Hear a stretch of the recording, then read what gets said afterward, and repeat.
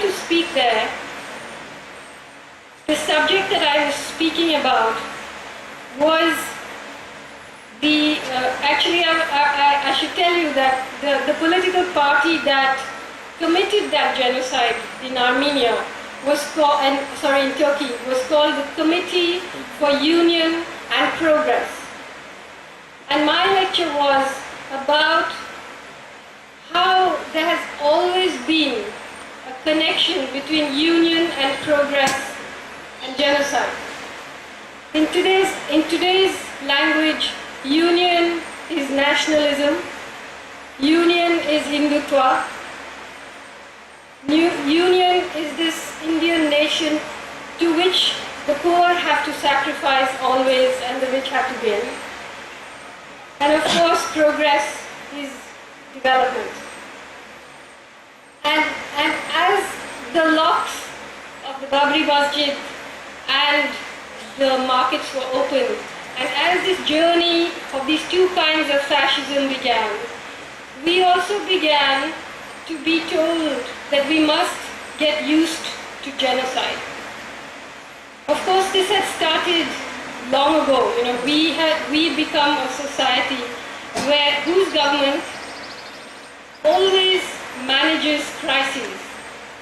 We live in a country where there are 600,000 soldiers in a small valley of Kashmir. 78,000 people have been killed there. The media doesn't report it. The first time India bombed its own people was in Nagaland, aerial bombing. In Manipur, just this year there have been 258 encounter killings. We have lived with the Armed Forces Special Powers Act. We have lived with the Public Security Act. We have lived with Tada, Pota, all of this. We have lived through the Sikh genocide, or like the massacre of Sikhs on the streets of Delhi. We have lived with the massacre of Muslims in Gujarat and in Bombay. And each time the Indian government manages to get over the crisis, it thinks it's over. But actually all this lies inside us like toxic heavy metal and turns us into a very poisonous people who do not think about justice sometimes except when it comes to ourselves. And we have to understand that you cannot respect the idea of justice unless it applies to everybody. So the person who called intellectuals the call girls of the state perhaps meant intellectuals who have only very skewed views of what constitutes justice. So I must put on record that I have nothing against call girls. Anyway, that's separate. But now this development of the free market, what has it led to? It has led to what I call the most successful secessionist movement in this country, which is the secession of the middle and upper classes into outer space. They're a country of their own, and they look down and they say, what's our bauxite doing in their mountains? What's our water doing in their rivers? What's our iron ore doing in their forests? Because they believe it belongs to them. And so they have to go to war to get it out. Today, Operation Green Hunt is really quite simply a war of the corporate-backed superpower part of India against the super poor part of India. It's a war against people who are living in conditions of absolute famine. But of course, the government keeps talking about how, there cannot be any areas that are not under the writ of the Indian state and so on. But let me pose this to you. Let me say that what the government wants is not peace, but it wants a war. It needs a war. And I'll tell you why. In 2005, the Prime Minister of India said that Maoists were the greatest internal security threat to India. Nothing like what's happening now was happening then. But something else was happening. In 2005, a large number of MOUs were signed for the mining of mineral wealth in these areas, which are now being attacked by Operation Green Hunt.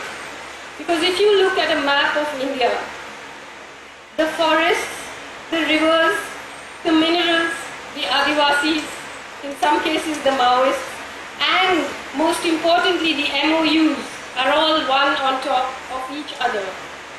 And since 2005, right across this Dandakaranya forest belt, the MOUs have remained as MOUs. They have not been able to actualize them because of the resistance of people. Maoist resistance in some places, but other kinds of resistance. In Orissa, in Jharkhand, it's not only Maoist. There are all kinds of resistance movements that have held off the biggest mining corporations in the world. The biggest. Vedanta, Tata, Rio Tinto, POSCO, all this. The mining industry is not used to this, let me tell you. The history of the world, the darkest parts of the history of the world is the history of mining. It's an industry that is quite capable of committing genocide. It has done so in South America. It is continuing to do so in places like Colombia. It has done it all over Africa. They are not used to this. So even to hold them off for 4 years, we must give ourselves a big clap, you know. It was a big thing. It is a big thing. But now those predators are getting tired. They want those minerals. And so the various strategies, like for instance, the Salwa Judum. I don't know if any of you are aware of the fact that in January 2008, a report by the Union Ministry of Rural Development of Chhattisgarh, headed by C.P. Joshi, the minister, said that what is happening in Chhattisgarh is the biggest land grab since Christopher Columbus. And it said that the Salwa Judum is actually funded by corporations like Tata and Nissan. This is what it said in a government report. But what has happened is that the Salwa Judum has not managed to do its job.